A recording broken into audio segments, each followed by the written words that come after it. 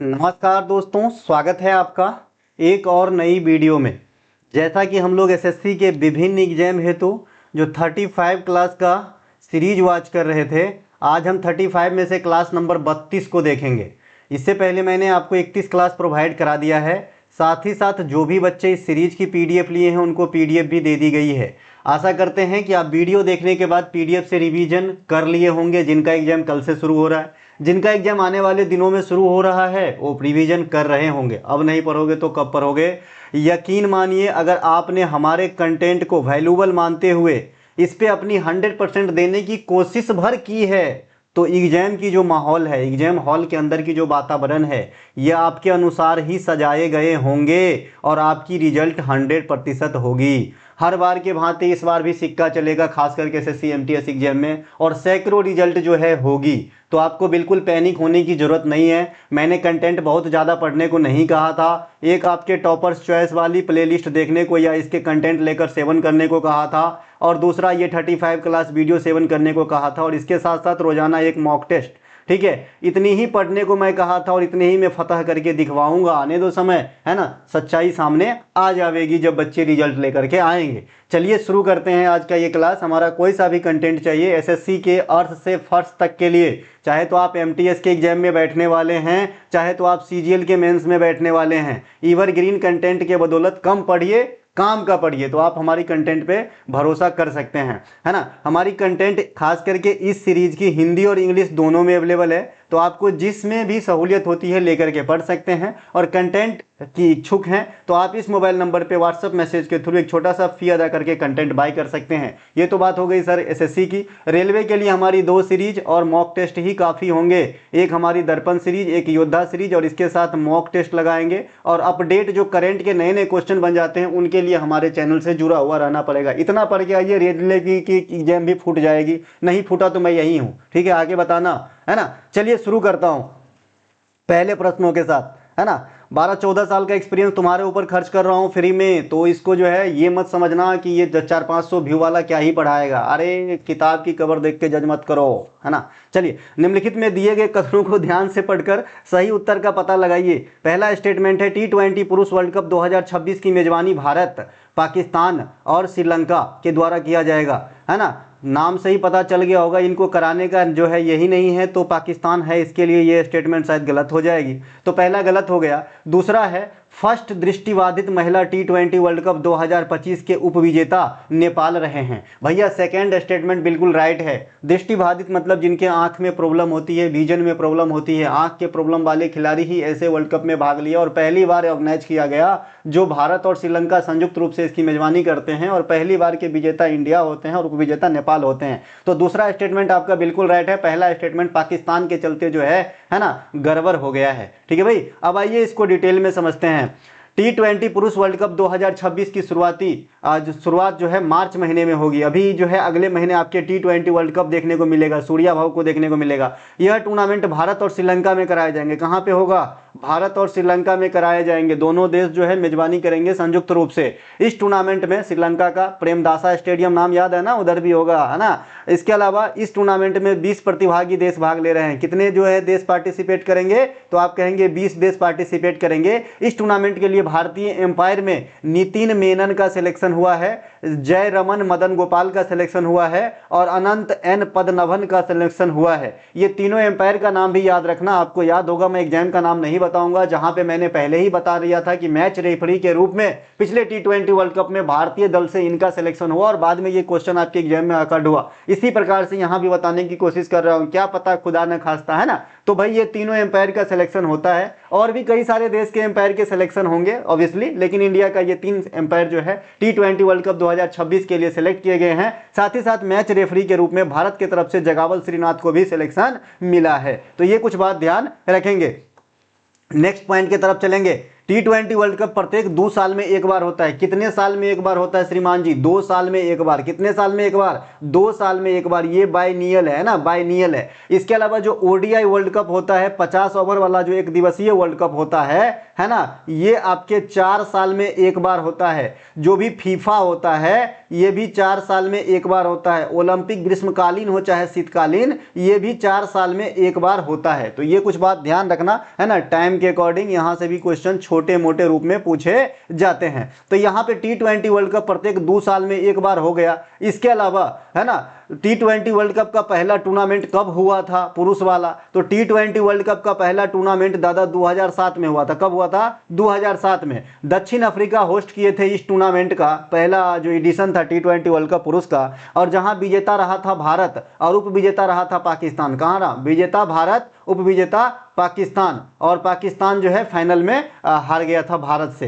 है ना। और उस भारतीय दल के कप्तान कौन थे पहले T20 वर्ल्ड कप 2007 के दौरान? तो MSD महेंद्र सिंह धोनी, जिसे अपन थाला भी कहते हैं। ठीक है मेरे भाई, तो इसे ध्यान रखेंगे। T20 वर्ल्ड कप 2024 का आयोजन पिछला भी आपको ध्यान रखना है, क्योंकि एग्जाम आपका मिड में पड़ रहा है। या तो आने वाला जो है आपके प्रोग्राम से पूछा जाएगा कि भाई कहाँ होगा, और जो हो गया है उसको भी ध्यान रखना है। ठीक है, तो T20 वर्ल्ड कप 2024 यानी पिछले से पिछले साल का आयोजन जो है अमेरिका और वेस्ट इंडीज में संयुक्त रूप से कराया गया था, जहां पर विजेता भारत रहा था। सूर्य कुमार का जो है जो आपका ऐतिहासिक कैच था आपने देखा ही होगा, और उप विजेता रहा था साउथ अफ्रीका, है ना। तो ये ध्यान रखना है, ठीक है भाई। और यहाँ पे कप्तान रहे थे भारतीय दल के रोहित शर्मा जी, तो इन्हें भी ध्यान रखेंगे। नेक्स्ट है हमारा पहला दृष्टिबाधित, जो सेकंड वाला स्टेटमेंट था उनको लेकर के व्याख्या करता हूं। पहला दृष्टिबाधित महिला T20 विश्व कप। देखिए दृष्टिबाधित महिला विश्व कप जो है पहली बार 2025 में जो है ऑर्गेनाइज करवाया गया। ठीक है, तो यह मुख्य रूप से भारत और श्रीलंका के संयुक्त मेजबानी में संपन्न हुआ। तो कोई पूछेगा कहां हुआ, तो आप कहेंगे भारत और श्रीलंका में हुआ। पहला दृष्टिबाधित यानी ब्लाइंड पर्सन का जो महिला वाला ब्लाइंड होता है उनका वर्ल्ड कप था क्रिकेट का T20 फॉर्मेट का। ठीक है, टूर्नामेंट का फाइनल मैच 23 नवंबर 2025 को कोलंबो में खेला गया। इसे VVI कर लेंगे, बहुत आदमी को पता नहीं होगा, सीधे एग्जाम में चिपक जाएगा, मुंह आपके आ जाएगा। ठीक है, श्रीलंका में खेला गया यह ऐतिहासिक टूर्नामेंट का फाइनल भारत ने नेपाल को हराकर जीता। तो यहाँ पे आपका जो विनर है ये हमारा इंडिया है, और रनर अप जो है हमारा उत्तरी पड़ोसी देश छोटू सा देश नेपाल है। इन्हें ध्यान रखेंगे। दृष्टिबाधित T20 महिला वर्ल्ड कप 2025 का जो होस्ट करते हैं भारत और श्रीलंका। नेक्स्ट हमारा, अब देखिए यहाँ पे महिला वाली बात आई है, तो एक महिला और बहुत ज्यादा नाम कमाया 2025 का अंदर। इन महिला और इन दीदी का नाम है ना, दिव्या देशमुख जी। भारतीय ग्रैंड मास्टर दिव्या देशमुख ने बटूमी जॉर्जिया में फाइड महिला शतरंज विश्व कप 2025 में जीतकर इतिहास रच दिया है, जो सबसे कम उम्र के विनर बन गए हैं। और मजे की बात यह है कि फाइनल में इन्होंने, है ना, अनुभवी भारतीय टेनिस खिलाड़ी कोनेरू हम्पी को ही हराया है। तो चलिए, है ना, मतलब घर का हारा को हारा नहीं कहते हैं, है ना, ये दोनों अपने ही हैं, रनर अप चाहे विजेता, है ना। तो ये ध्यान रखेंगे, है ना। और ये जो दिव्या देशमुख जी हैं, ये फाइड महिला शतरंज विश्व कप 2025 के विजेता तो हैं ही हैं, साथ ही इंडिया के ये 88वें नंबर के ग्रैंड मास्टर भी हैं। इन्हें ध्यान रखेंगे। और अगर आपसे पूछे कि अब तक महिला कितने ग्रैंड मास्टर बने हैं इंडिया में, तो 4 नंबर्स महिला जो है, यानी 4 महिला इंडिया में ग्रैंड मास्टर का तगमा पहन चुकी है ना। इनके अलावा नेक्स्ट है T20 महिला वर्ल्ड कप 2026। अब देखिए 2026 में पुरुष वर्ल्ड कप भी है और महिला वर्ल्ड कप भी है। ठीक है, तो T20 वर्ल्ड कप महिला पुरुष वाला तो भारत और श्रीलंका में होगा। अब महिला वाला T20 वर्ल्ड कप 2026 में जो होगा ये इंग्लैंड और वेल्स में होगा। इन्हें ध्यान रखेंगे, इंग्लैंड और वेल्स में होगा, इन्हें ध्यान रखेंगे। मैंने आपको एक बात और बताया है, यहां पे इंग्लैंड के नाम से याद आ गया, कबड्डी वर्ल्ड कप, है ना, कबड्डी वर्ल्ड कप 2025 ये आपके कहां पे हुए थे? इंग्लैंड के अंदर हुआ था। यहां ध्यान रख लेना ये बात, ये भी आपके एग्जाम में छप जाएंगे, फिर कहना कि बताया नहीं, है ना, दिक्कत हो जाएंगे। ठीक है, तो T20 वर्ल्ड कप 2026 जून महीना में महिला वाला शुरू होगा, इंग्लैंड और वेल्स में होगा। इसके अलावा इसमें 12 प्रतिभागी देश भाग लेंगे। अंतरराष्ट्रीय एक दिवसीय महिला वर्ल्ड कप 2025 आपने देखा होगा, पहली बार इंडिया जो है एक दिवसीय महिला क्रिकेट वर्ल्ड कप का जीतने का स्वाद चखा है हरमनप्रीत कौर जी की अगुवाई में। तो अंतरराष्ट्रीय महिला वर्ल्ड कप 2025 का फाइनल मैच कहां पे हुआ? ये स्टेडियम काफी इंपोर्टेंट रहेगा, DY पाटिल स्टेडियम, ये नई मुंबई में है। ठीक है भाई, ये नेरुल नई मुंबई के पास है, और मैंने खुद इसमें महिला वर्ल्ड कप देखने को गया था। ठीक है, जहां भारतीय टीम दक्षिण अफ्रीका को 52 रन से हरा के विश्व चैंपियन बनी थी। जब शुरू में WPL स्टार्ट हुआ ना, तो 100 रुपया एक टिकट हुआ करता था, तो चला गया था एक बार, है ना, थोड़ा दूर है ना। इसके अलावा भारत ने मलेशिया में दक्षिण अफ्रीका को हराकर अंतर्राष्ट्रीय क्रिकेट परिषद, है ना, अंडर 90 महिला T20 विश्व कप 2025 के जीता है। अब देखिए बहुत सारे बच्चे नहीं समझते यार, ये अंडर 90 वाला जो है मेरे भैया, अंडर 90 वाले, इसमें एज से रिस्ट्रिक्शन होता है कि भाई 19 साल से कम के जो खिलाड़ी है ना वही पार्टिसिपेट करेंगे। और आपको याद होना चाहिए और बताया था और एग्जाम में आया भी था कि भाई अंडर 90 महिला T20 वर्ल्ड कप की शुरुआत जो है पहला एडिशन 2023 में हुआ था, है ना, 2023 में हुआ था। मेजबान कंट्री था भैया साउथ अफ्रीका और विजेता था भैया इंडिया, उप विजेता था इंग्लैंड। ठीक है भाई, तो इन्हें ध्यान रखेंगे। ये पहला था और ये दूसरा एडिशन जो मलेशिया में कराया गया 2025 के अंदर, ये भी 2 साल के अंतराल पे होती है। तो दूसरे का विजेता भी भारत है, लेकिन यहाँ पे रनर अप बदल गए हैं। रनर अप कौन हो गए हैं? साउथ अफ्रीका, जो पहले वाले एडिशन में मेजबानी किए थे इस टूर्नामेंट का। ठीक है मेरे भाई, T20 क्रिकेट प्रारूप में बॉलिंग रेट क्या होनी चाहिए? तो T20 क्रिकेट में बॉलिंग रेट जो है 14.11 ओवर प्रति घंटा के हिसाब से आपको बॉलिंग करना होता है। कितना भैया? 14.11 ओवर प्रति घंटे के रफ्तार से आपको बॉलिंग करना होता है। इससे कम अगर आपने रफ्तार से बॉलिंग किया तो आपको जो है पेनाल्टी लग सकती है ना, डिले करने के चलते जो है पेनाल्टी लगाया जा सकता है। कोई भी गेंदबाज अधिकतम, अगर T20 मैच हो रहा है तो एक गेंदबाज से आप अधिकतम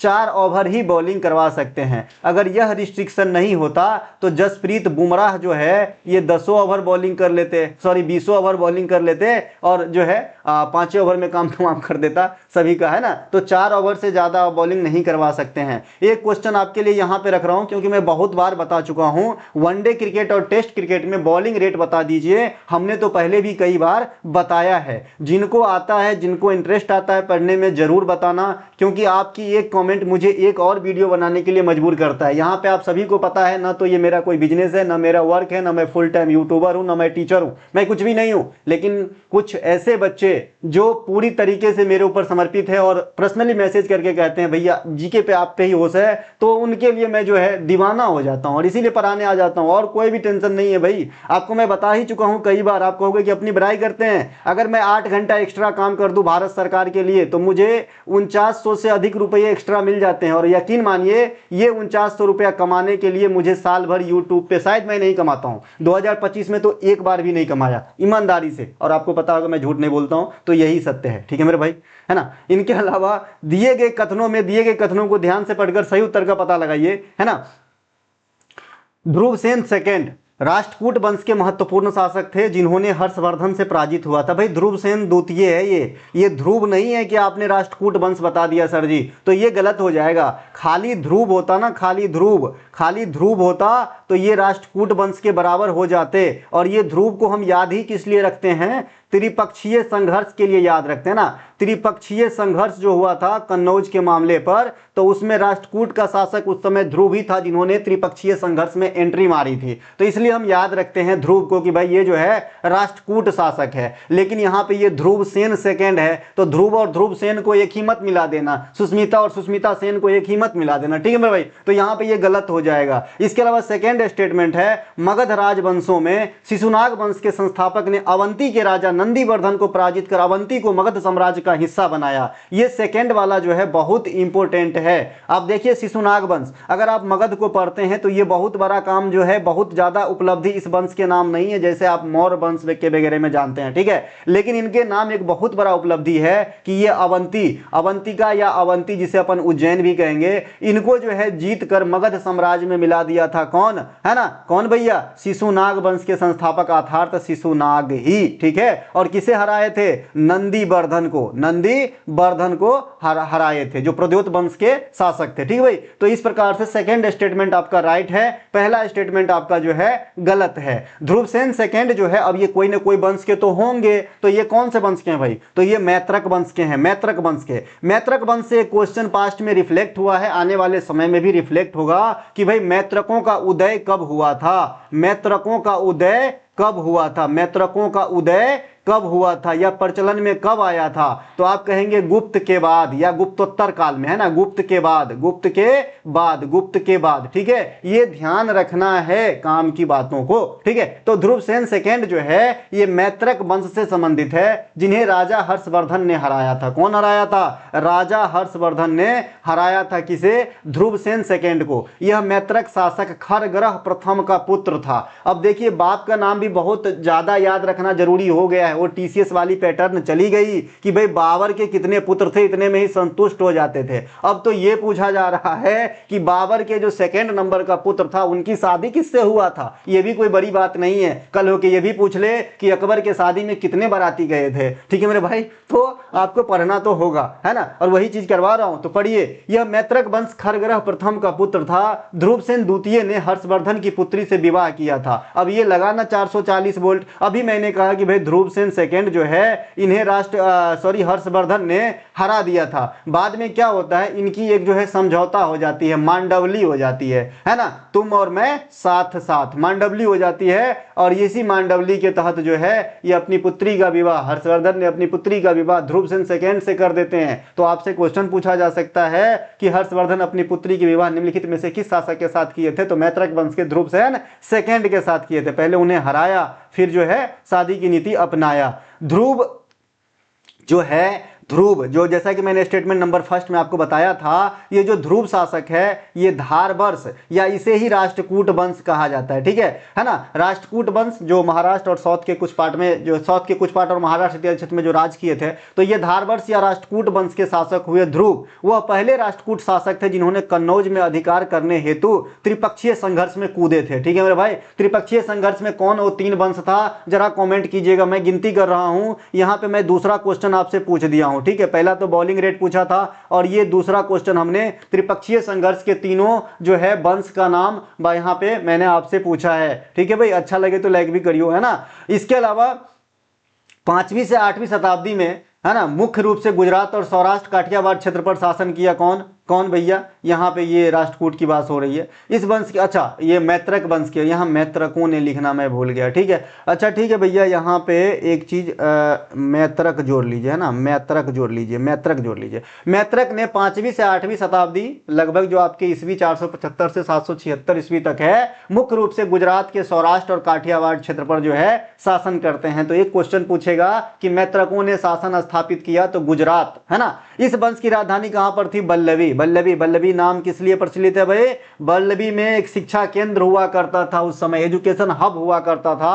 दूसरी बात, बल्लभी में सेकेंड वाली जैन परिषद की बैठक हुआ था, तो इसके लिए भी प्रसिद्ध है। इसके संस्थापक सेनापति भट्टार्क थे, ठीक है भाई। सेनापति भट्टार्क, इन्होंने गुप्तों के अधीन भी काम किए थे और बाद में जो है गुप्तों से अलग होकर इन्होंने मैत्रिक एक स्वतंत्र राजवंश की स्थापना कर डाली, जो गुजरात के कुछ प्रांत जैसे काठियावाड़ इत्यादि क्षेत्र पे जो है राज करने का काम किया। यहां पे मैंने अलग से भी लिख दिया है, जिन्होंने गुप्त साम्राज्य के पतन के बाद मैत्रक वंश की स्थापना की। अर्थात जो भट्टारक था वो कहां पे सेनापति रहा होगा, है ना, गुप्त में, है ना, गुप्त के काल में, राइट, है ना। इसके अलावा मैत्रक शासक ध्रुवसेन प्रथम, है ना, के शासन काल के दौरान बल्लभी में सेकेंड यानी द्वितीय जैन सभा 512 ईस्वी में आयोजित किया गया था, जिसकी अध्यक्षता क्षमा सरवन के द्वारा किया गया था। तो ये बात भी ध्यान रखना दोस्त, डायरेक्ट पूछा जाता है सेकेंड बौद्ध परिषद के बैठक की अध्यक्षता क्षमा सरवन किसके काल में? तो मैत्रक वंश के ध्रुवसेन प्रथम के काल में। कहां पर? गुजरात के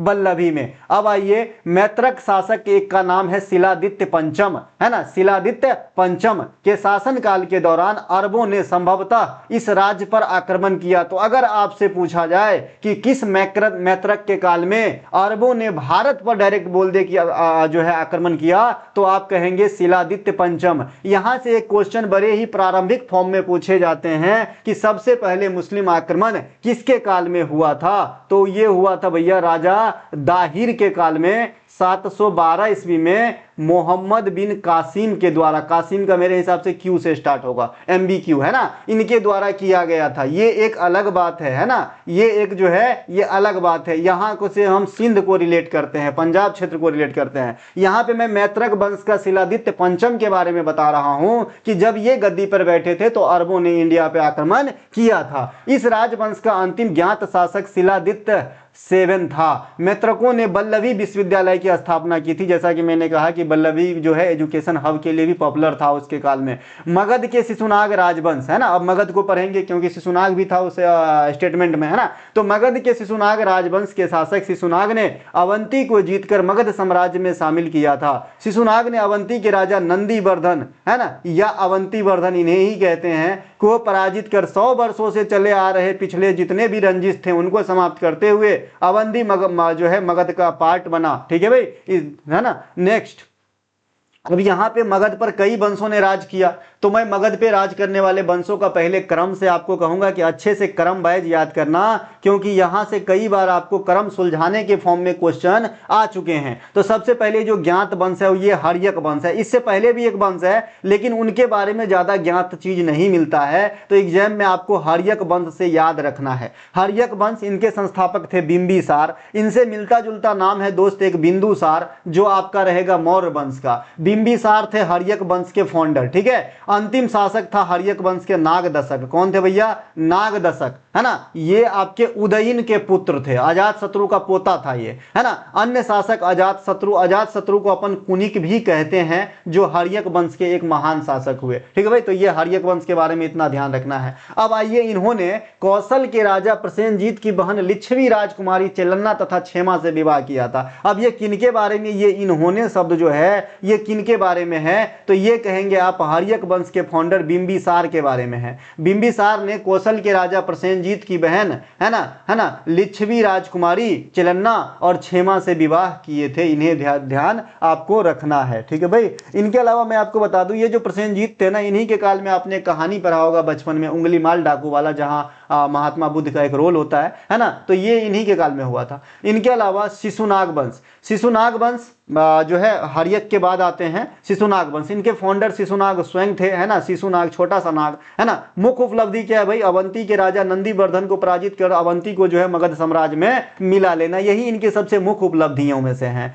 नंद वंश इसके बाद आते हैं। नंद वंश के फाउंडर महापदम नंद जी होते हैं, है ना। अंतिम शासक धनानंद होते हैं, और ये धनानंद को जो है कौन हराया? घमंड हराया इनका। ठीक है भाई, धनानंद को कौन हराया? इनका घमंड हराया, कि मैं तो भाई कुछ पूछो उल्टा दूंगा, है ना, ओवर कॉन्फिडेंस। ठीक है, ऐसा नहीं है कि मैं बड़े सुरमा का 5000 का कोर्स पढ़े हैं, कुछ भी पढ़ने दो यार, उल्टा देंगे, बाद में पता चलता है सुरमा तो कुरमा हो गए। ठीक है भाई, तो ऐसा नहीं। तो धनानंद जो है लास्ट शासक थे, जो चाणक्य के प्रयास से चंद्रगुप्त मौर्य के द्वारा पराजित हुए थे, है ना। नंद वंश के अंतिम शासक। अब अंतिम शासक को पराजित करके नेक्स्ट जिन्होंने किया वही फाउंड करेगा। तो इसके बाद आता है दादा मौर्य वंश। मौर्य वंश के फाउंडर हो जाते हैं आपके चंद्रगुप्त मौर्य। कौन है भैया? चंद्रगुप्त मौर्य। और अंतिम शासक कौन होते हैं मौर्य वंश के? बृहद्रथ। इन सब की जटिल क्वेश्चन मैंने पहले ही पढ़ा रखा है, इसीलिए सिर्फ फाउंडर और अंतिम बताते हुए मैं आगे कन्नी काट रहा हूं, निकल रहा हूं। तो ये मत समझना कि जो है छोटा छोटा चीज बता के निकल रहा है, क्योंकि मैं पहले भी इसी सीरीज में बता चुका हूं, है ना। ठीक है भाई।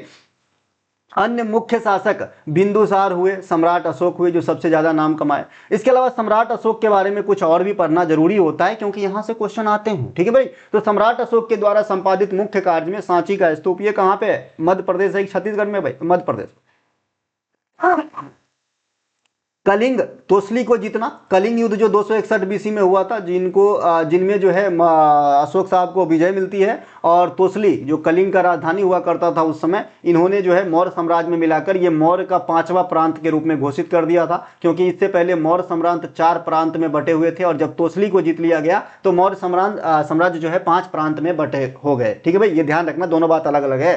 शिलालेखों का प्रचलन, कुल 14 प्रमुख शिलालेखों का जिक्र है अशोक साहब का। ठीक है भाई, अब आइए शिलालेख से कुछ क्वेश्चन पूछे जाते हैं। शिलालेख का जो है अधिकांशतः किस भाषा में यूज किया गया है शिलालेखों को लिखने के लिए? तो आप कहेंगे अधिकांश जो है आपके कौन सी भाषा में यूज किया गया है? प्राकृत भाषा, ब्राह्मी लिपि। अगर आपसे कहे कि भाई अशोक के शिलालेख को लिखने में सबसे अधिक किस भाषा का प्रयोग हुआ है, तो प्राकृत भाषा, और लिपि में ब्राह्मणी लिपि। भारत के उत्तर पश्चिमी भाग में इन्होंने जो है खरोष्टी लिपि का भी प्रयोग किया गया है इनके शिलालेखों को लिखने में लिए, और अफगानिस्तान इत्यादि क्षेत्र में यूनानी और अरमाइक लिपि का प्रयोग किया गया गया है। तो देखिए भैया इतने सारा वेरिएशन है डायरेक्शन चेंज होने से, तो इनके जो शिलालेख हैं इनमें कुछ भाषा लिपि का ज्ञान आपको जरूर होना चाहिए। अब आते हैं राजेंद्र चोल। राजेंद्र चोल, अब राजेंद्र चोल मैं क्यों पढ़ा रहा हूं, क्योंकि यहां भी कब्जा, जैसे कि अभी आपने देखा कि शिशुनाग ने अवंती पे कब्जा करके मगध साम्राज्य का हिस्सा बनाया, वैसे ही चोल राजाओं ने श्रीलंका की राजधानी उस समय का अनुराधापुर को कब्जा करना चाहा और 2 बार कब्जा करके जो है चोल वंश का साम्राज्य बनाया।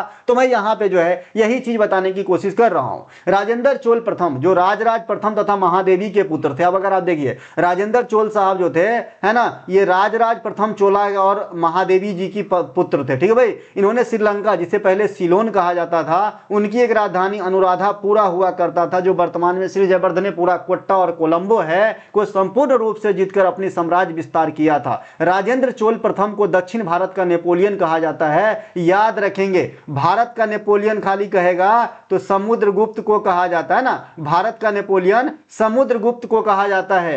ईरान का नेपोलियन नादिर शाह को कहा जाता है ना, नादिर शाह को कहा जाता है। और भैया है ना, जो आपके दक्षिण भारत का नेपोलियन है वो राजेंद्र चोला को कहा जाता है। यहां से एक चीज और याद नोट करके लिख दिया हूं, श्रीलंका पे आंशिक रूप से कब्जा करने की कोशिश राजेंद्र चोल प्रथम के पिता राज चोल ने किया था, ठीक है भाई, लेकिन वो कर नहीं पाए थे। बाद में बेटा ने फतह किया और जीत करके चोल साम्राज्य का हिस्सा बना दिया था।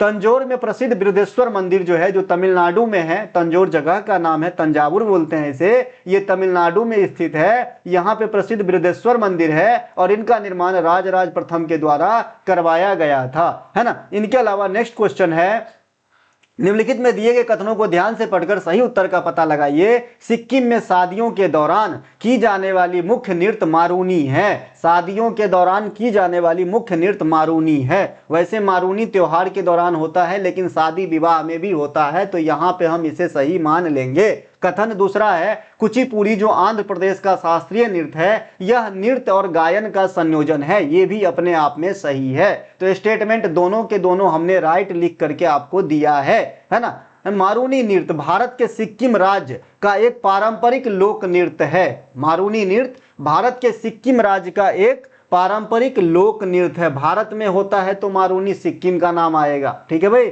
लेकिन यह मारूनी नृत्य नेपाल में काफी ज्यादा पॉपुलर है। यह मुख्य रूप से तिहार उत्सव, जिसे दिवाली के समकक्ष आप मान सकते हैं, जो सिक्किम में मनाया जाता है नेपाली समुदाय के लोगों के द्वारा, यह सिक्किम में शादी विवाह के अवसर पर भी किया जाता है। इसमें 3 पुरुष और 3 महिला नर्तक होते हैं और 9 वाद्य यंत्रों वाले ऑर्केस्ट्रा सेट, जिसे नौमती बाजा कहा जाता है, के ताल पर नृत्य किया जाता है। तो मारूनी नृत्य के बारे में एक शॉर्ट मतलब नोट लिखिए। आप पीसीएस में बैठे हैं तो आराम से लिख सकते हैं कि भाई मारूनी नृत्य जो है ओरिजिन नेपाल का है, लेकिन जो सिक्किम राज्य है भारत में, वहाँ भी जो लोग हैं इस नृत्य को करते हैं। और ये खास करके त्यौहार जो दिवाली के जैसा होता है, दिवाली के समय जो है किया जाता है। लेकिन यह नृत्य शादी विवाह में भी किया जाता है। इनमें 3 पेयर होते हैं, महिला और पुरुष का, जो नृत्य करते हैं, और ये नौमती बाजा के ऊपर किया जाता है। तो इस प्रकार से आप आंसर लिखेंगे, जो कम शब्दों में बहुत ज्यादा जानकारी एग्जामिनर को प्रोवाइड कराएगा। फिलहाल तो एसएससी के लिए पढ़ लो, है ना। मारूनी नेपाल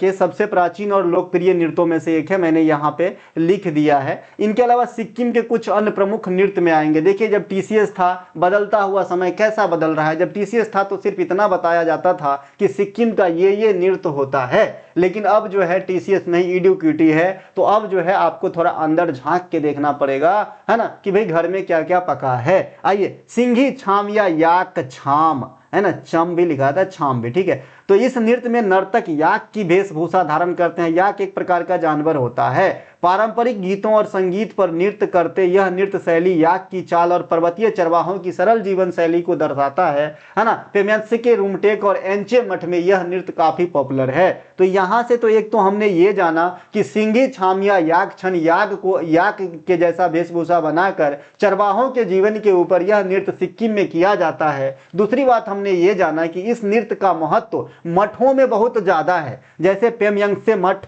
रूमटेक मठ, एंचे मठ। तो ये तीनों मठ को भी याद रख लेना बेटे कि ये मठ कहाँ पे है। जैसे हेमीस मठ, है ना, फाडोंग मठ, ये सब कहाँ पे है, डायरेक्ट क्वेश्चन पूछा जाता है। तो ये तीनों के तीनों मठ जो है सिक्किम में है।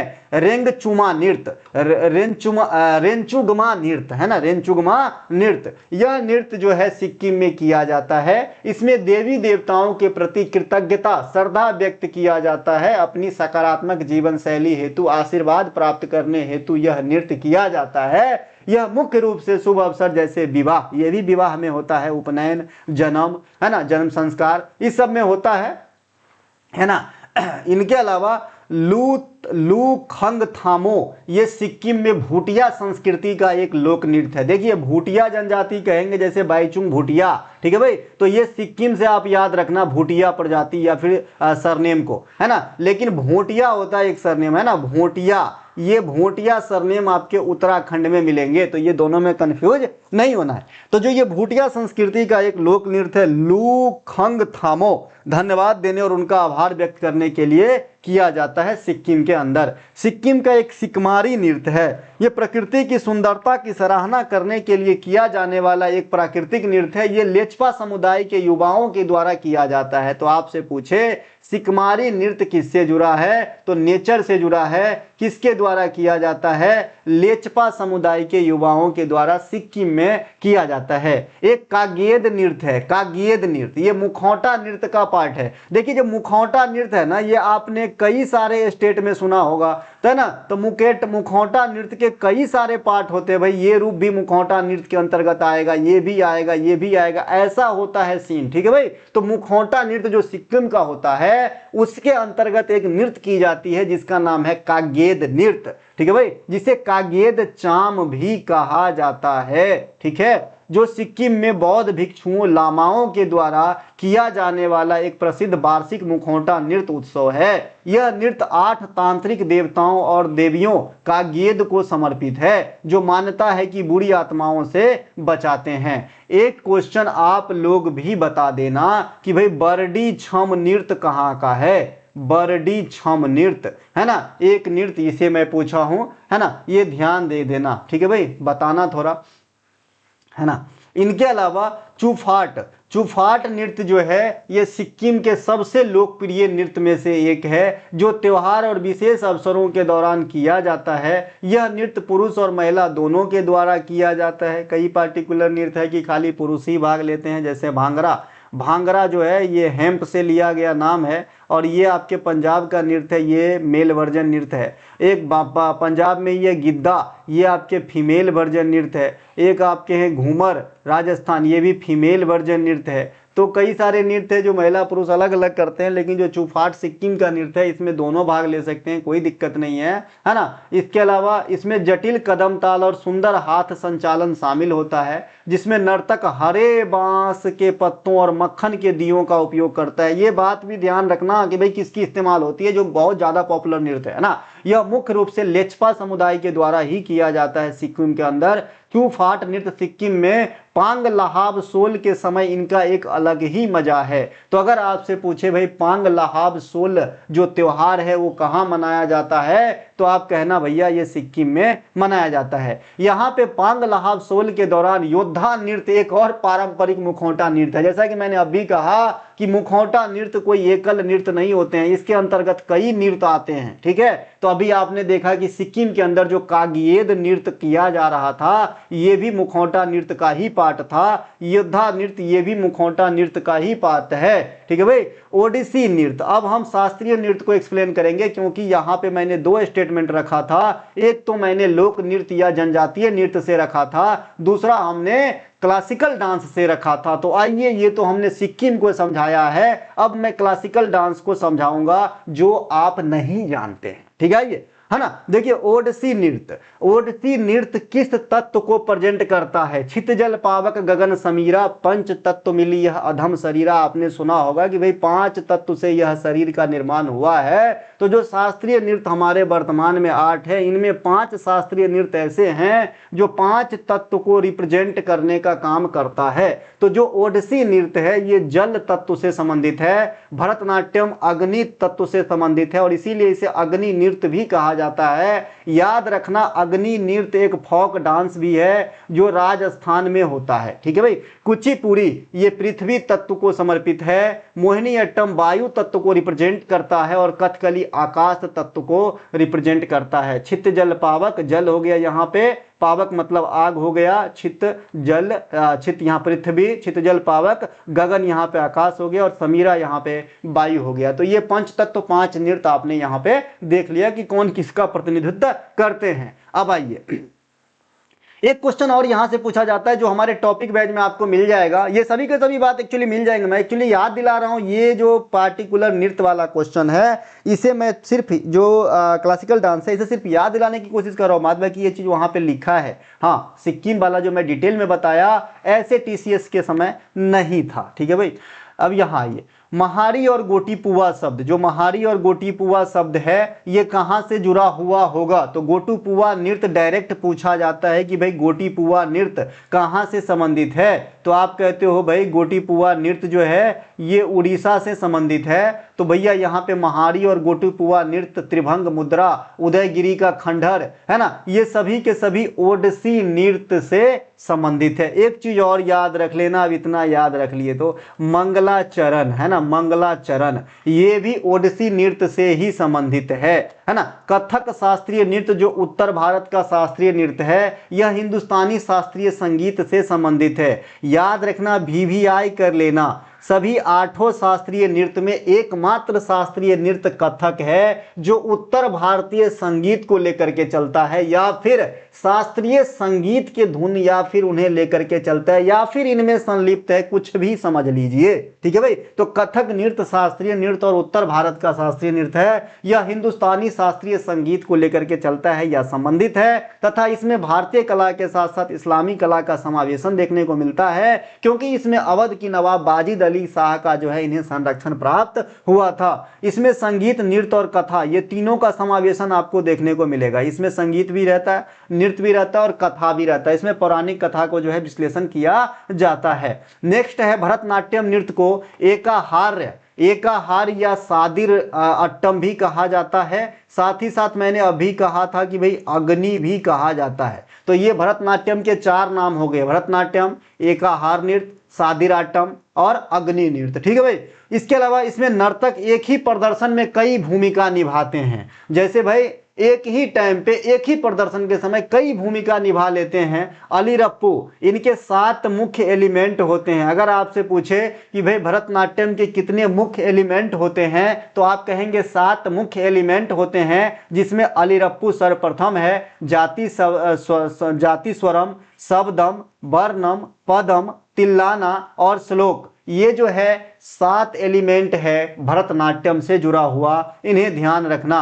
कुचिपुड़ी आंध्र प्रदेश के कृष्णा जिले में एक गांव का नाम है जहां से ये नृत्य का नाम लिया गया है, अर्थात यह नृत्य जो है आंध्र प्रदेश से संबंधित है। ठीक है ना। इसे यक्षगान का एक आप जो है अलग मॉडल कह सकते हो। यक्षगान जो है ये बेसिकली कर्नाटक का नृत्य है, ठीक है, लेकिन ये शास्त्रीय नृत्य नहीं है। इसी यक्षगान के एक अलग फॉर्मेट की स्थापना सिद्धेंद्र योगी नाम के विद्वान ने किए, नर्तक ने किए, और इसीलिए कुचिपुड़ी के फाउंडर के नाम में सिद्धेंद्र योगी का नाम आता है। ठीक है मेरे भाई, है ना। तो अगर आपसे पूछे कि भाई कुचिपुड़ी नृत्य की उत्पत्ति किस नृत्य से हुआ है तो आप कहेंगे यक्षगान से। यक्षगान कहाँ का? कर्नाटक का। फाउंड किसने किया? सिद्धेंद्र योगी ने। यह नृत्य में जो है माथे पर भरा हुआ घड़ा लेकर, पीतल की थाली लेकर, है ना, बैलेंस बनाते हुए नृत्य किया जाता है। इस नृत्य के एक पार्ट में ये भी आता है। ठीक है। इसके अलावा इसी नृत्य से जुड़ा हुआ एक नाटिका है जिसका नाम भामा कल्पम है। तो कुचिपुड़ी नृत्य को हम इतने वे में याद रख सकते हैं। ठीक है मेरे भाई। इनके अलावा सत्रिया नृत्य को बताता हूं। सत्रिया नृत्य यह असम का शास्त्रीय नृत्य है, क्लासिकल डांस है, और ये सबसे लेटेस्ट शास्त्रीय नृत्य है। जितने भी 8 शास्त्रीय नृत्य है ना, उनमें ये सबसे लेटेस्ट शास्त्रीय नृत्य है ना। है ना। तो ये ध्यान रखेंगे, है ना। ये जो है इसकी शुरुआत जो है वैष्णव संत शंकर देव के द्वारा किया गया था। अभी मैंने शिव को मानने वाले को शैव कहा था, है ना, और विष्णु को मानने वाले को वैष्णव कहा था। अलवार संत जो है ये वैष्णव को पूजते थे, नयनार संत जो है वो शिव को पूजते थे। पिछले क्लास में अच्छे से बताया, बहुत ज्यादा क्वेश्चन आता है वहां से। तो इन्हीं में से भक्ति आंदोलन के समय का एक, है ना, एक जो है महान आदमी शंकर देव साहब हुए, जिन्होंने नृत्य के माध्यम से भक्ति को प्रस्तुत किया, जिस नृत्य का नाम है सत्रिया नृत्य, और ये असम का शास्त्रीय नृत्य है। ठीक है भाई, तो इसे ध्यान रखेंगे। तो आपसे पूछता है कि भाई सत्रिया नृत्य प्रेरित है, तो आप कहेंगे भक्ति आंदोलन से। अब ये देखिए आंध्र प्रदेश का मैंने कुचिपुड़ी को एक्सप्लेन किया है, तो आंध्र प्रदेश के कुछ है और नृत्य के बारे में कम से कम यहाँ पे नाम याद दिला दूं तो भामा कल्पम, जैसा कि मैंने अभी कहा कि ये कुचिपुड़ी के नृत्य से जुड़ा ही एक नाटिका का नाम है वीराना अट्टम, दप्पू, बुट्टा, बोमल्लू, लंबाड़ी, ये सभी के सभी आंध्र प्रदेश के अन्य नृत्य रूप है। इसके अलावा नेक्स्ट क्वेश्चन है, निम्नलिखित कथनों में दिए गए कथन को ध्यान से पढ़कर सही उत्तर का पता लगाइए। 100% कथन स्टेटमेंट के रूप में ही पढ़ाता हूं इस सीरीज में, आपको पता होनी चाहिए जैसा एग्जामिनर डिमांड करता है। पहला स्टेटमेंट है, अवसर लागत की अवधारणा का तात्पर्य है कि जब कोई विकल्प चुना जाता है तो उस चुनाव के बदले सर्वोत्तम विकल्प का मूल्य का त्याग होता है। बहुत ही अच्छा है, इसको अपन आराम से समझेंगे जब मैं आपको एक्सप्लेन करूंगा नीचे। दूसरा है, जब कोई उपभोक्ता किसी वस्तु की लागत लगातार अधिक इकाइयों का उपयोग करता है तो अतिरिक्त इकाई से प्राप्त सीमांत उपयोगिता घटती है। ये दोनों के दोनों स्टेटमेंट सही है अपने आप में। कैसे सही होता है मैं बहुत ही देहाती एग्जांपल देकर के नीचे समझाऊंगा, ताकि इकोनॉमिक्स के जो विशाल टर्म है ये आपके लिए काफी इजी हो जाए। आप पूरे क्लास में देखते होंगे कोई भी किताबी लैंग्वेज नहीं रहता है, क्योंकि A to Z क्वेश्चन लिखता हूं और अपने भाषा में लिखता हूं कि तुमको समझ में आना चाहिए। एग्जामिनर कैसे भी लिखे और तुम फोड़ के आना, ठीक है मेरे भाई, है ना। तो आइए यहाँ पे, उपयुक्त दोनों कथन सत्य है। अवसर लागत, अंग्रेजी में अपन अपॉर्चुनिटी कॉस्ट कहेंगे, वह सर्वोत्तम विकल्प या लाभ है जिसे आप एक निर्णय चुनते समय छोड़ देते हैं। यह किसी दूसरे विकल्प को चुनने की कीमत है, यानी अवसर लागत बराबर अगले सबसे अच्छे विकल्प का प्रतिफल बराबर माइनस चुने गए विकल्प का प्रतिफल। मान लीजिए आज आपका SSC MTS का एग्जाम है और मान लीजिए कि आज ही आपका T20 इंडिया न्यूजीलैंड की मैच है। ठीक है भाई, इंडिया न्यूजीलैंड की मैच है। आपने कहा कि मैं, है ना, बड़े सुरमा का 3 साल से पढ़ रहा हूं यार, पिछले साल भी नहीं, थोड़ा सा के लिए चूक गया था, है ना, तो इस बार भी छोड़ देते हैं, अगले साल देखेंगे। तो ये आपने एग्जाम को कर दिया ड्रॉप और आप चले गए ये मैच देखने। तो मैच देखने में आपको खुशी तो मिली, लेकिन इसके बदले जो आपने सेक्रीफाइस किया है, त्याग किया है, सर्वश्रेष्ठ चीज को छोड़ा है, यही तो है अवसर लागत।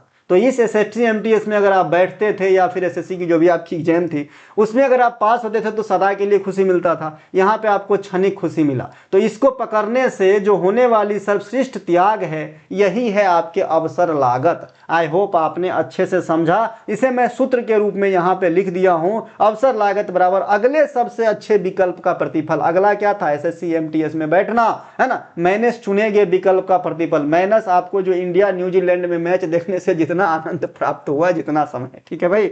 इसके अलावा अवसर लागत सिद्धांत को किसने दिया था, तो ये दिए थे गॉडफ्रीड हैवलर। ठीक है, इन्हें ध्यान रखेंगे। इनके अलावा घटती सीमांत उपयोगिता का नियम अर्थशास्त्र में एक महत्वपूर्ण अवधारणा है। यह बताता है कि जैसे जैसे कोई उपभोक्ता किसी विशेष वस्तु या सेवा की अधिक इकाइयों का उपयोग करता है, प्रत्येक अतिरिक्त इकाई से प्राप्त अतिरिक्त संतुष्टि या उपयोगिता घटती चली जाती है। जैसे दुनिया में फ्रेंडशिप है ना, फ्रेंडशिप भी सेम जो है रूल पे चलता है। जैसे आप आज किसी जो है जो निब्बा निब्बी जैसे होता, मतलब मैं बोलना नहीं चाहता ये सब, जैसे आज आप किसी से मिले तो आपको बहुत अच्छा लगेगा, बहुत ही अच्छा लगेगा। उस समय आपको ये भी समझ में नहीं आ रहा होता है कि मैं अपने गोल्डन पीरियड वाले समय को जो है खराब कर रहा हूँ। ठीक है भाई, तो बहुत अच्छा लगता है। लेकिन धीरे धीरे यही मिलना जब 100-50 बार हो जाता है तो उतने अच्छा नहीं लगते जितने पहले दूसरे तीसरे बार लगा था। तो ये क्या है, घटती सीमांत उपयोगिता। ये क्या है भैया, घटती सीमांत उपयोगिता। ये कोई इसमें मत लेना, दोस्त जैसे होते हैं ना, मैं सेम उसी समझा रहा हूँ, दोस्त जो होते हैं है ना, उसमें भी आप पहली बार दोस्ती हुआ तो काफी अच्छा लगा, गए चिकन के दुकान पे चिकन लिया, अरे हम दे रहे हैं ना पैसे, दे रहे हैं ना पैसे, धीरे धीरे एक बार दिए, दो बार दिया, अब दोस्तों एकदम जो है ना आंख बंद कर लिया, दे रहा है ना, तो तीसरी बार नहीं दिए तो चौथी बार निर्लज होकर बोलना पड़ता है, दे दीजिए ना पैसा, है ना। तो अब आपको उतना अच्छा वो दोस्त नहीं लग रहा है, ठीक है भाई, जितना पहले अच्छा लग रहा था, ठीक है। तो इसे क्या बोलेंगे, घटती सीमांत उपयोगिता। यही यहां पे कहा गया है कि जब कोई उपभोक्ता, उपभोक्ता मतलब आप हैं, है ना, किसी वस्तु की लगातार अधिक इकाई, अब किसी वस्तु मतलब आपके दोस्त यहां समझ लीजिए, तो अतिरिक्त इकाई से प्राप्त सीमांत उपयोगिता घटती है, ठीक है मेरे भाई। अब आइए यहां पे, है ना, सीमांत उपयोगिता ह्रास नियम सबसे पहले जर्मन अर्थशास्त्री हर्मन हेनरिक गोसेन के द्वारा 1854 में दिया गया था। तो सीमांत उपयोगिता ह्रास नियम किसने दिया था, हर्मन हेनरिक गोसेन, ठीक है। एडम स्मिथ, इसे अर्थशास्त्र का पिता कहा जाता है। इन्होंने अपने मौलिक कार्य, इनके एक किताब बहुत फेमस है द वेल्थ ऑफ नेशन, 1776 में प्रकाशित होता है, इन्हें ध्यान रखेंगे। और इन्होंने एक नियम दिया था, अदृश्य हाथ, इनविजिबल हैंड का नियम इन्होंने जो है दिया था, ये भी ध्यान रखेंगे। नेक्स्ट है हमारा निम्नलिखित मनुष्य के पाचन प्रणाली के संदर्भ में दिए गए कथनों पर विचार करते हुए सही उत्तर का पता लगाइए बंधु। मनुष्यों के आहार नाल का सबसे ऊपरी भाग मुख गुहा होता है, मुख गुहा, है ना, फिर फूड पाइप, फिर आमाशय, है ना, फिर छोटी आंत, फिर बड़ी आंत, और फिर आपके जो है ना कोलन के रास्ते जो है बाहर गुदा, और फिर लेटरिंग बाहर। तो ये है भैया आपके सही लिखा है, एकदम सही लिखा है, बिल्कुल सही है, मुख गुहा अपन जो है इसे सही कर लेंगे। दूसरा है भोजन का पाचन तथा अवशोषण मुख्य रूप से छोटी आंत में होती है, ये तो आप सभी जानते ही होंगे। तो दोनों का दोनों यहाँ पे स्टेटमेंट राइट हो गया है। आइए पाचन करते हैं खाना का। देखिए यहाँ पे जो है मैंने आपको आहार नाल का एक क्रम लिख दिया है, मुख गुहा माउथ कैविटी, अन्न नलिका फूड पाइप कहेंगे, आमाशय जिसे पेट कह लीजिए, छोटी आंत स्मॉल इंटेस्टाइन कहेंगे, बड़ी आंत छोटी आंत का बड़ा भाई है लेकिन काम कम करता है छोटी आंत के तुलना में, ठीक है, मलाशय, और फिर गुदा अनस से बाहर, ठीक है भाई। तो ये है हमारा आहार नाल का जो एक क्रम है सिस्मेटिक ढंग से ऊपर से नीचे, है ना, ये है भैया। अब यहाँ पे इमेज है, जैसा जैसा मैंने कहा है यहाँ लगा है, यहाँ जी है, यहाँ से कोई खाना खाते हैं मुख गुहा में जाता है ना, ये आपके पैप है, यहाँ से आ जाते हैं, ये ऊपरी भाग को अपन पेट कहेंगे, ये पेट में आता है ना, फिर आमाशय, ये आमाशय इसे पेट कह लीजिए, है ना, फिर इसके जो है आपके छोटी आंत में जाएंगे, छोटी आंत में, फिर आपका छोटी आंत में जाएगा, है ना, और ये छोटी आंत जो ये जो बहुत ज्यादा जटिल छोटे छोटे दिख रहे हैं ना इस बड़े मोटे वाले के बीच में पर्पल कलर का ही ये है छोटी आंत, और ये जो दिख रहा है बड़ा वाला पर्पल कलर यहाँ से यहाँ तक आके गुदा द्वार तक आता है ना, ये आपके बड़ी आंत है। तो ये है आपके टोटल क्या पाचन प्रणाली का इमेज, ठीक है ना। इसके अलावा यहाँ पे पित्ताशय और यकृत भी आप देख रहे हैं, पित्ताशय और यकृत भी पाचन में अहम रोल अदा करता है, क्योंकि यकृत से पित्त निकलती है जो पित्ताशय में जमा रहता है, और ये पित्ताशय छोटी आंत में जाके खुलती है ना, जो भोजन को क्षारीय मोड में ले जाके पचाने का काम करता है, क्योंकि भोजन कई बार अम्लीय कई बार क्षारीय होते हैं। आइए नीचे समझते हैं। भोजन की पाचन की शुरुआत मुख्य रूप से पित्त का पीएच है ना, क्षारीय तो होता है, क्षारीय होता है। भोजन की पाचन की शुरुआत जो है मुख से हो जाती है। अब मुख से कैसे होती है, जैसे भी आपने कोई चीज खाया चबाना स्टार्ट किया तो उसमें जो है बाइल आके मिलता है, लार आके मिलता है ना, लार जैसे ही मिलता है लार में जो है टाइलिन या एमाइलेज जो कहिए ये आपके एंजाइम आके मिल जाता है। अच्छा, एंजाइम का क्या काम है, भोजन पाचन में मदद करना, और हार्मोन का क्या काम है, शरीर को पूरे इफेक्ट डालना, पूरे शरीर पे इफेक्ट डालता है हार्मोन, और एंजाइम जो है पार्टिकुलर जगह पे ही इफेक्ट डालता है जहां इसकी काम होती है, ठीक है। ये दोनों बेसिक डिफरेंस है। हार्मोन अगर आ रहा है तो हर जगह अपना असर दिखाएगा, एंजाइम जो है जहां पार्टिकुलर जरूरत है वहीं जाके हम इसे जो है डालते हैं और भोजन वगैरह पचाने में मदद करते हैं। जो भोजन से आए हुए स्टार्च में पाचन में मदद करता है ना, जैसे आप भोजन किए और ये जो आपके एंजाइम एमाइलेज जो आपके लार में है, जैसे भोजन में मिले, भोजन के टुकड़े में मिले, इस पर जो है जो भी भोजन के माध्यम से स्टार्च वाला पोर्शन आया या कार्बोहाइड्रेट वाला पोर्शन आया उसे पचाने के लिए जो है तैयार कर देते हैं, यानी स्टार्ट कर देते हैं। भोजन जब आमाशय में पहुंचता है, आमाशय का मतलब पेट से समझिए, उदर से समझिए, है ना, जब पहुंचता है तो उसमें हाइड्रोक्लोरिक अम्ल का स्नान कराया जाता है, यानी HCl जो है वहां निकलता है, जो भोजन के माध्यम से आए हुए जीवाणु और कीटाणुओं को जो है अम्लीय मोड में दम घुटाकर मार देता है ताकि शरीर को क्षति न हो। इसके अलावा आमाशय के दीवार पर कुछ ग्रंथियां पाई जाती है ना, आमाशय जो होते हैं ना उनके दीवार पे ऐसे कुछ कुछ ग्रंथियां पाई जाती है ना, ये जिसे गैस्ट्रिक ग्लैंड कहा जाता है। और इसी गैस्ट्रिक ग्लैंड से जो है एक जूस निकलता है जिसे गैस्ट्रिक जूस कहा जाता है। ठीक है भाई। अब इसी गैस्ट्रिक जूस में आपके कई प्रकार के चीज देखने को मिलेगा।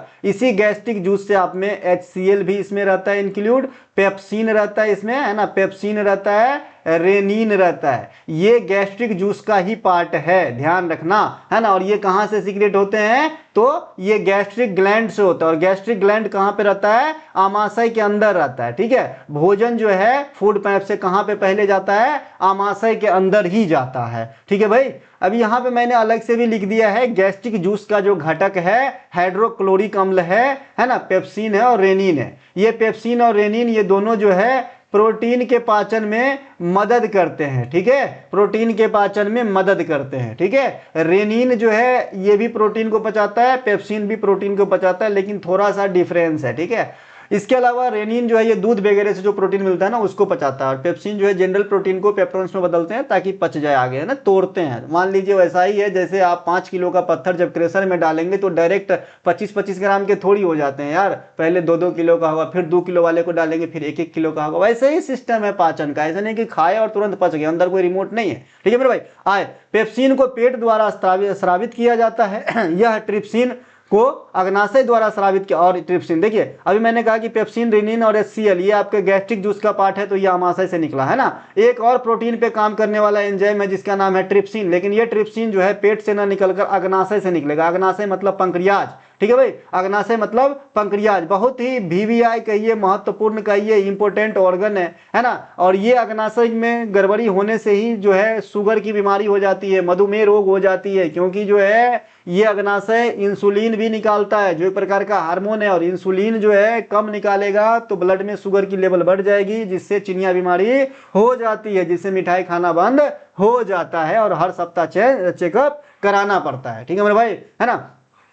देखिए, कोई ये बात तो मन में आपके जरूर आते होंगे कि भाई, है ना, शरीर में ऊर्जा का स्रोत ही कार्बोहाइड्रेट है और आपके प्रोटीन है, सॉरी वसा है, फैट है। ठीक है भाई, है ना, प्रोटीन भी होगा जाएगा, ऊर्जा का स्रोत बॉडी बिल्डर होती है ना। तो भाई जब चीनी की मात्रा बढ़ गई तो बीमारी क्यों हो गई, तो एक लेवल से कोई भी ज्यादा बढ़ जाना बीमारी होती है। और वैसे भी चीनी की लेवल ब्लड में बढ़ता है, कहाँ बढ़ता है, ब्लड में, सेल के अंदर नहीं बढ़ता है, क्योंकि सेल के अंदर, सेल का तो खाना है कार्बोहाइड्रेट। ठीक है भाई, ब्लड में बढ़ जाता है, ब्लड में। ठीक है मेरे भाई, अब ब्लड में जरूरत नहीं है। ठीक है, तो यहाँ पे अग्नाशय में गड़बड़ी आने से शुगर बीमारी होगी, ये मैंने बता दिया है। पेप्सिन निकलता है आमाशय से यानी पेट से, और ट्रिप्सिन निकलता है आपके अग्नाशय यानी पंक्रियाज से। यह दोनों ही एंजाइम प्रोटीन के पाचन पे कार्य करता है। पेप्सिन के बारे में तो पहले ही बताया था, पेप्टोन में तोड़ेगा। ट्रिप्सिन भी प्रोटीन को पचाने में मदद करती है। अब आते हैं भैया छोटी आंत, बहुत ही इंपॉर्टेंट हमारे पाचन प्रणाली का। छोटी आंत की लंबाई भाई 6 से 7 मीटर, कहीं कहीं 8 मीटर भी आप लिखा देखेंगे तो 6 to 8 इसे ध्यान रखेंगे, है ना, एकदम फिक्स नहीं होता। इसमें भोजन का पाचन तथा अवशोषण होता है। इनके 3 प्रमुख भाग होते हैं। अब ये 3 प्रमुख भाग डायरेक्ट कभी कभी आपके स्टेटमेंट में डायरेक्ट डाल के बोलेंगे ये 3 भाग किसके हैं, तो पहला भाग है डेडोनम। डेडोनम जिसे हिंदी में ग्रहणी कहते हैं, ग्रहणी मतलब लेने वाला, रिसेप्टर। यह छोटी आंत का पहला और छोटा भाग है जो पेट स्टोमक से जुड़ा होता है, ऊपरी पोर्शन से जुड़ा होता है। ये जो है ना पेट के स्टोमक वाली पार्ट के ऊपरी पोर्शन से जुड़ा होता है। यहाँ पे तो स्पष्ट नहीं दिख रहा है, जैसे ये आमाशय है ना, तो इसके नीचे से ये पाइप गया है और इसमें ये यहाँ पे फिट रहेगा, यहाँ पे। ठीक है ना, ऊपरी पोर्शन में जुड़ा रहता है ना। तो यहाँ पे सबसे ऊपरी पोर्शन जो है आपके छोटी आंत के, उसे डेडोनम कहते हैं। इसी हिस्से में यकृत और अग्नाशय का मुंह भी खुलता है। यकृत का मुंह भी खुलता है, अग्नाशय का मुंह भी खुलता है। ठीक है मेरे भाई, अग्नाशय से ट्रिप्सिन रिसेप्ट करेगा यहाँ पे, है ना। और इसके अलावा जेजुनम, जेजुनम ये जो है आपके छोटी आंत के बीच वाला पोर्शन है। यहाँ पे कोई भी नए एंजाइम का जो है रिसाव नहीं होता है, यानी यहाँ पे पाचन संबंधित कोई भी नई क्रिया नहीं होती है। वही जो डेडोनम में, सॉरी हाँ, डेडोनम में जो चीज हुआ था ना, उसी को खसका के थोड़ा देर जेजुनम में रखेगा और जेजुनम फिर खसका के जो है इलियम वाले पोर्शन में यानी निचले वाले पोर्शन में, ये तीनों पोर्शन छोटी आंत के ही है, भेज देते हैं। ठीक है भाई, तो बीच वाले पोर्शन में कोई ज्यादा खास काम नहीं होता है। अब नीचे वाला जो पोर्शन है इलियम, है ना, यह अंतिम और सबसे लंबा भाग होता है छोटी आंत का।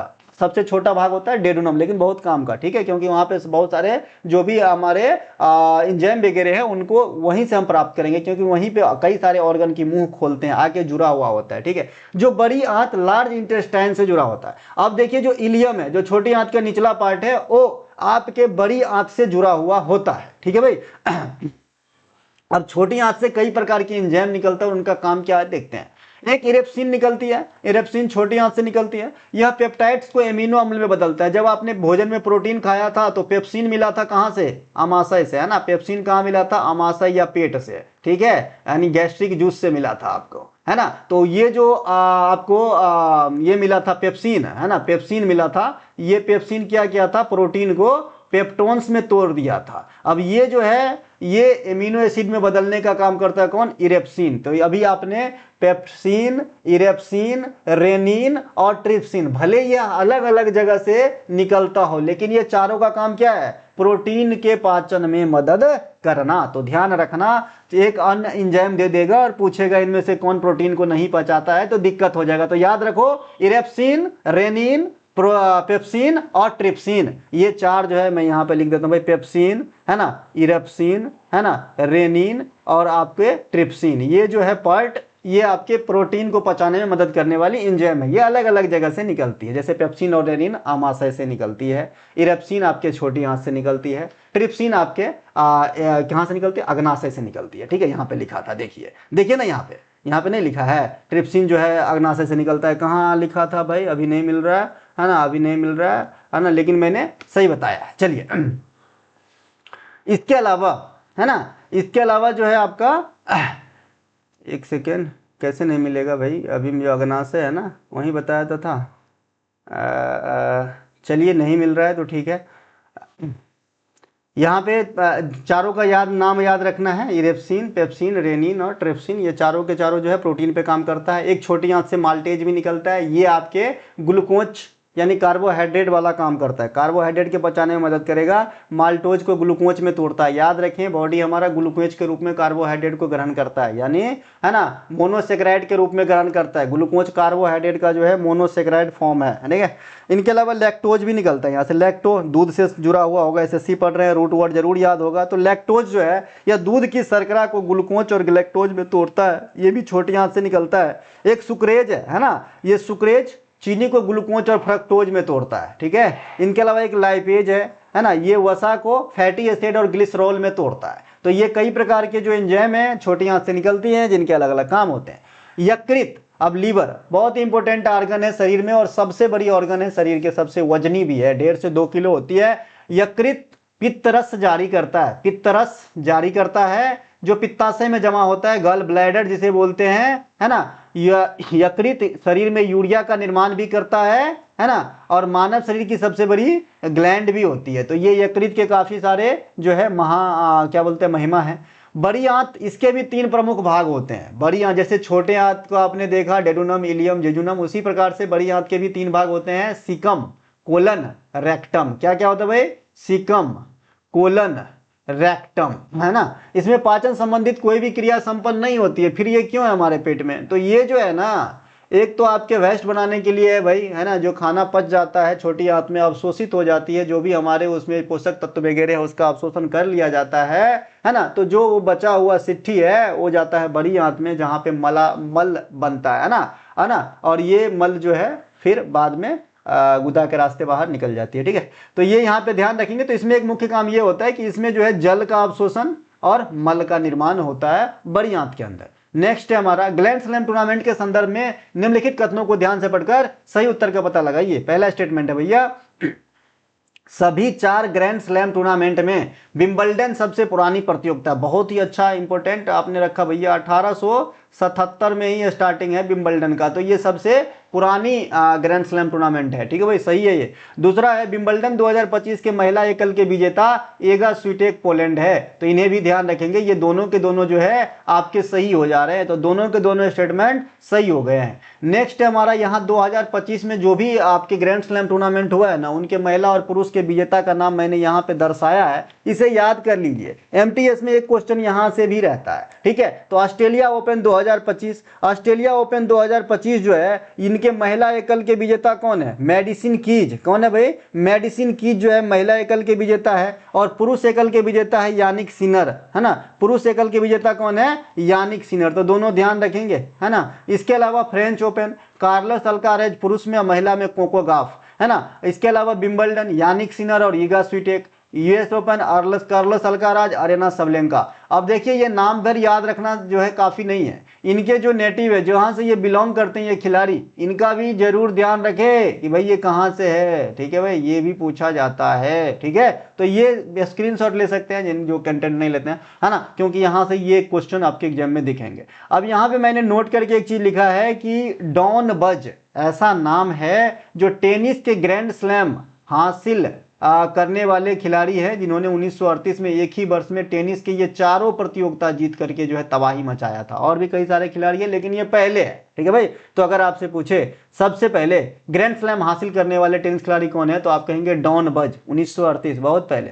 इसके अलावा ग्रैंड स्लैम टूर्नामेंट जीतने वाले पहले भारतीय मूल के खिलाड़ी कौन है? देखिए एक बात स्पष्ट कर दूं कि सिंगल में है ना, सिंगल में न तो कोई मेल और न तो कोई फीमेल आज तक इंडिया से जो है ग्रैंड स्लैम टूर्नामेंट का कोई भी प्रतियोगिता जीता हो, कोई भी एकल, है ना, कोई भी एकल नहीं जीता है। लेकिन डबल में कई सारे भारतीय जीते हैं, जैसे रोहन बोपन्ना साहब का नाम है, महेश भूपति साहब का नाम है। तो यहाँ पे मैंने क्वेश्चन रखा है, सॉरी पॉइंट रखा है कि ग्रैंड स्लैम टूर्नामेंट जीतने वाले पहले भारतीय टेनिस खिलाड़ी कौन थे, तो भाई महेश भूपति थे, महेश भूपति। इन्होंने जो है मिक्स यानी डबल पुरुष टूर्नामेंट में जो है इन्होंने जीता है। भारत के लिए टेनिस में पहला ओलंपिक पदक किसने जीता है? अब टेनिस को रिलेट करता हूं तो भारत में टेनिस खेल में सबसे पहले ओलंपिक पदक दिलाए हैं ब्रॉन्ज मेडल के रूप में 1996 एटलांटा ओलंपिक के अंदर लिएंडर पेस साहब, तो इन्हें ध्यान रखें।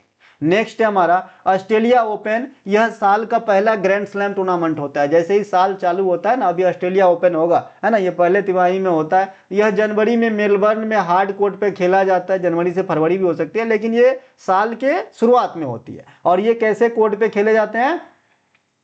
हार्ड कोर्ट पे खेले जाते हैं। इसकी शुरुआत कब हुई थी? 1905 में हुई थी। ये सबसे नवीन टूर्नामेंट है ग्रैंड स्लैम टूर्नामेंट में, ध्यान रखेंगे। फिर होता है भैया फ्रेंच ओपन। फ्रेंच ओपन मई जून में होता है, यानी सेकेंड प्रतियोगिता होता है साल का, है ना, और ये पेरिस में होता है। यह एकमात्र ग्रैंड स्लैम टूर्नामेंट है जो मिट्टी के यानी क्ले के कोर्ट पर खेली जाती है, और इसकी शुरुआत 1891 में हुआ था। फिर तीसरे स्थान पे आता है विंबलडन। विंबलडन जो है ये घास के मैदान में खेली जाती है, और ये जुलाई अगस्त में होगा, है ना, और इसकी शुरुआत 1877 में हुआ था। ये सबसे पुरानी प्रतियोगिता है ग्रैंड स्लैम टूर्नामेंट में। फिर आता है भैया यूएस ओपन। यूएस ओपन सबसे लास्ट आता है ग्रैंड स्लैम टूर्नामेंट में, साल के लास्ट में होती है, और इसकी शुरुआत 1881 में हुई थी, और ये अमेरिका में कराए जाते हैं, और ये भी हार्ड कोर्ट पे खेले जाते हैं। अगला है प्रमुख किसान एवं जनजातीय विद्रोह के संदर्भ में निम्नलिखित कथन को पढ़कर सही उत्तर का पता लगाइए। पहला कथन है छोटा नागपुर पठारी क्षेत्र में कोल विद्रोह, ताना भगत आंदोलन तथा संथाल विद्रोह तथा बघोरा विद्रोह हुआ था। बघेरा विद्रोह, है ना, तो यहाँ पे ये गलत हो जाएगा, क्योंकि बघेरा विद्रोह 1818 ईस्वी में है। हाँ, खेरा के बाद ही बघेरा। 1818 ईस्वी में ये गुजरात में हुआ था, है ना, ये गुजरात में हुआ था, बड़ौदा में हुआ था, तो इसीलिए यह स्टेटमेंट रॉन्ग हो गया, है ना। कूका आंदोलन 1840-72 का नेतृत्व भगत जवाहरमल राम बालक सिंह, है ना, ये सब किए थे, तो ये सही है। तो सेकंड वाला स्टेटमेंट आपका राइट है, पहला स्टेटमेंट आपका रॉन्ग है। ठीक है, अब आते हैं कूका आंदोलन। कूका आंदोलन जिसे नामधारी आंदोलन भी कहा जाता है, क्या है कि उस समय सिख धर्म में, है ना, सामाजिक धार्मिक और राजनीतिक सुधार लाने के लिए यह आंदोलन चलाया गया था, जिसे बाबा राम सिंह ने सिखों के साथ मिलकर मुख्य रूप से अंग्रेजों के विरुद्ध आयोजित किया। इस आंदोलन से बालक सिंह, भगत जवाहरमल का नाम भी जुड़ा हुआ। तो कूका आंदोलन पंजाब में होती है, सिख धर्म में, है ना, स्टेबिलिटी लाने के लिए, सुधार करने के लिए लाया गया आंदोलन है ना, जो अंग्रेजों के खिलाफ था, और इससे जुड़े हुए नाम है राम सिंह, बालक सिंह और जवाहरमल सिंह। ठीक है, नेक्स्ट है कोल विद्रोह। कोल विद्रोह ये आपके छोटा नागपुर पठार के पास हुआ। मुंडा और ओराव जनजातियों ने भाग लिया। इनका नेतृत्व बुद्धू भगत ने किया था, ये ध्यान रखेंगे। इनके अलावा संथाल, है ना, ये जो सिपाही विद्रोह हुआ था 1857 वाला क्रांति, उससे जस्ट पहले ये हुआ था 1855 से 56 तक में, है ना। सिद्धू कान्हू चांद, है ना, सिद्धू कान्हू चांद और भैरव, ये चार भाई, है ना, चांद और भैरव ये चार भाई इसमें भाग लिए थे। लेकिन इन दोनों का नाम आप हर जगह देखेंगे, इन दोनों का नाम कम देखते हैं, लेकिन ये चारों ध्यान रखना, सिद्धू कान्हू चांद भैरव मुर्मू इनके सरनेम थे। इन्होंने जो है संथाल आंदोलन में भाग लिए थे और अंग्रेजों को धूल चटा दी थी। है ना। इनके अलावा पहाड़िया विद्रोह, ये राजमहल पहाड़ी जो झारखंड में है ना, इनके द्वारा किया गया था। इस विद्रोह का नेतृत्व जगन्नाथ के द्वारा किया गया था। खरवार विद्रोह, यह मुख्य रूप से झारखंड के संथाल परगना क्षेत्र में संथाल जनजाति के द्वारा किया गया था, है ना। ये इसका नेतृत्व भागीरथ माझी के द्वारा किया गया था, ठीक है, खरवार विद्रोह। इनके अलावा जुआंग विद्रोह, ये उड़ीसा के क्वेंझर प्रांत में भुइया और जुआंग जनजातियों द्वारा ब्रिटिश औपनिवेशिक शासन के खिलाफ किया गया सशक्त आंदोलन था। इसका नेतृत्व रत्ना नायक के द्वारा किया गया था। तो जो आंदोलन है उसके इस भी किसके विरुद्ध किया गया, और नायक का नाम जरूर याद रखें।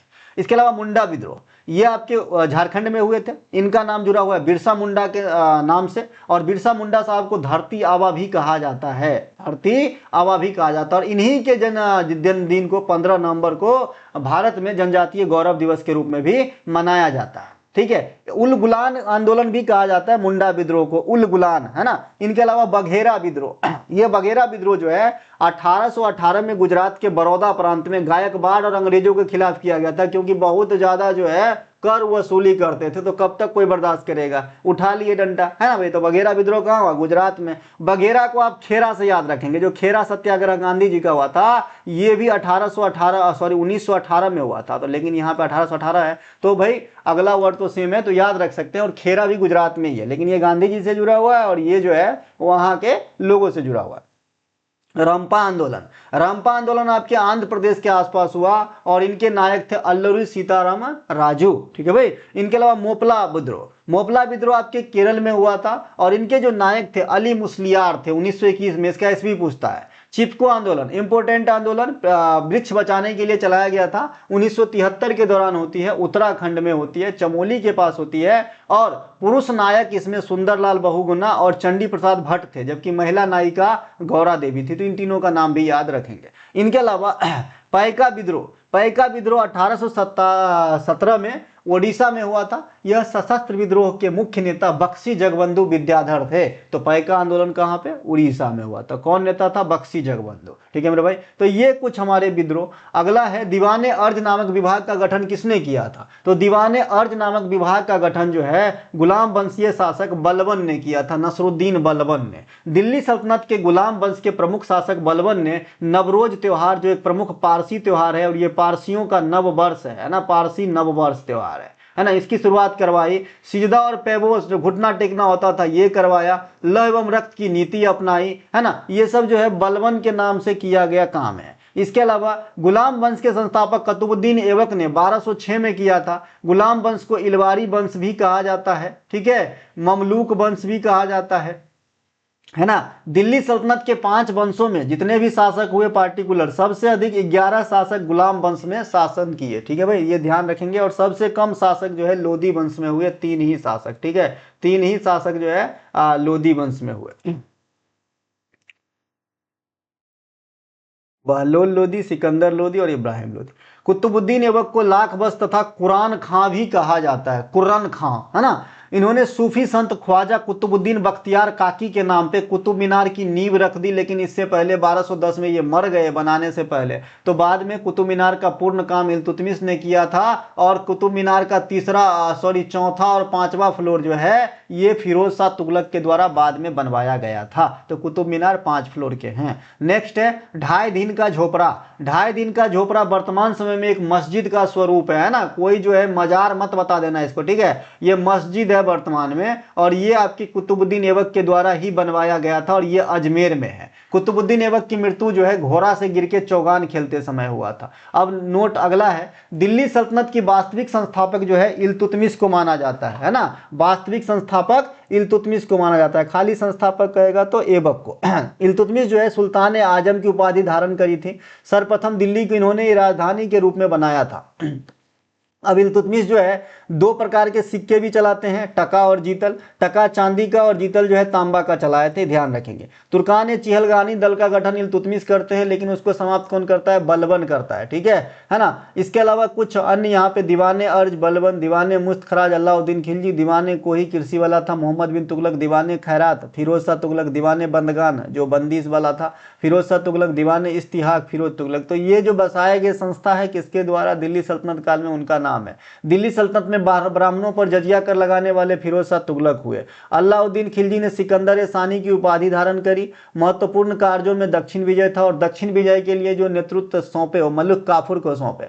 दक्षिण विजय में इन्होंने बहुत सारे आक्रमण किए। सबसे पहले इन्होंने देवगिरी पे आक्रमण किए, वहां का शासक रामचंद्र देव के काल में, ठीक है भाई। फिर बारांगल, फिर द्वार समुद्र, फिर फांड पे। तो ये भैया दक्षिणी अभियान है इसका अलाउद्दीन खिलजी का। दिल्ली सल्तनत पर मंगोल आक्रमण अलाउद्दीन खिलजी के काल में हुए थे। इन्होंने अलाई दरवाजा का निर्माण भी करवाया था, ये बात भी आपको ध्यान रखना है। नेक्स्ट है कि भारत के विभिन्न राष्ट्रीय उद्यान, अभयारण्य, रामसर स्थलों के संदर्भ में निम्नलिखित कथनों पर विचार करते हुए सही उत्तर का पता लगाइए। पार्वती अर्गा पक्षी अभयारण्य उत्तर प्रदेश, जिसे रामसर स्थल के रूप में दर्ज किया गया है। यह 2 गोखुर झीलों से घिरा हुआ क्षेत्र है। बहुत ही अच्छा, बहुत ही अच्छा। गोखुर झील से घिरा हुआ है। पार्वती और अर्गा 2 अलग अलग गोखुर झील का नाम है। गोखुर झील क्या होता है कई बार बता चुका हूं, नीचे और बताऊंगा, है ना। उदयपुर झील जो बिहार में स्थित है, इसे रामसर स्थल का दर्जा दे दिया गया। उपयुक्त दोनों कथन सत्य है। अब गोखुर झील क्या होता है? नदी के घुमावदार रास्ते विसर्प कट जाने से बनी एक अर्धचंद्राकार गाय के खुर की आकार की झील है। यह मैदानी इलाकों में नदी से अपने मार्ग को बदलने के दौरान अपरदन और अवसादों से जमाव से बनती है। नहीं समझ में आया? अब आएगा, देखो ये रहा भैया इमेज। मान लीजिए ये नदी ऐसे ऐसे बह रही थी, ऐसा है ना। ये नदी जो है, ये नदी कुछ ऐसे ऐसे ऐसे ऐसे बह रही थी, घुमाव हो रही थी, ऐसे ऐसे बह रही थी, है ना। अब अपर्दित होते होते होते यहाँ की मिट्टी कट गई, अब यहाँ की कट गई, तो ये जो छूट गया, ये नदी तो अब अपना रास्ता वैसे बहने लगा, तो ये वाली पोर्शन जो छूट गया है, ये एक जो है ना खूंड के जैसा रूप ले लिया, जिसे गोखुर झील कहेंगे बाद में। भैया अब यहीं पे समाप्त करता हूँ आज का क्लास, क्योंकि ड्यूटी भी जाना है और भी कई सारे काम है। हमारे बच्चे भी नीचे गए हैं, कब तक छोटे बच्चे नीचे में रहेंगे सीट में, है ना। तो हम बचा हुआ जो क्वेश्चन है, जो PDF लेंगे उनको तो दे ही दूंगा और नेक्स्ट क्लास में करवा दूंगा, ठीक है। तो सभी को बेस्ट ऑफ लक, अच्छे से एग्जाम दीजिए। जिनको भी हमारा कंटेंट चाहे डिस्क्रिप्शन में दिए गए लिंक पे व्हाट्सअप मैसेज करके कंटेंट बाय कर सकते हैं, अपने जर्नी को फतह कर सकते हैं। जा फोड़ के आना। मिलेंगे अगले वीडियो में, तब तक के लिए जय हिंद।